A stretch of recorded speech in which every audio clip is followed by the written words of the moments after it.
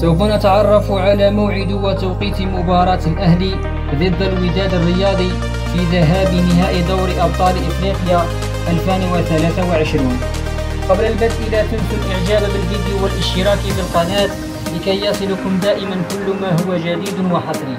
يلتقي فريق الأهلي مع نظيره فريق الوداد في ذهاب نهائي دوري أبطال إفريقيا، ويستعد الأهلي لمواجهة فريق الوداد على أرضية ملعب استاد القاهرة الدولي مساء يوم الأحد 4 يونيو 2023.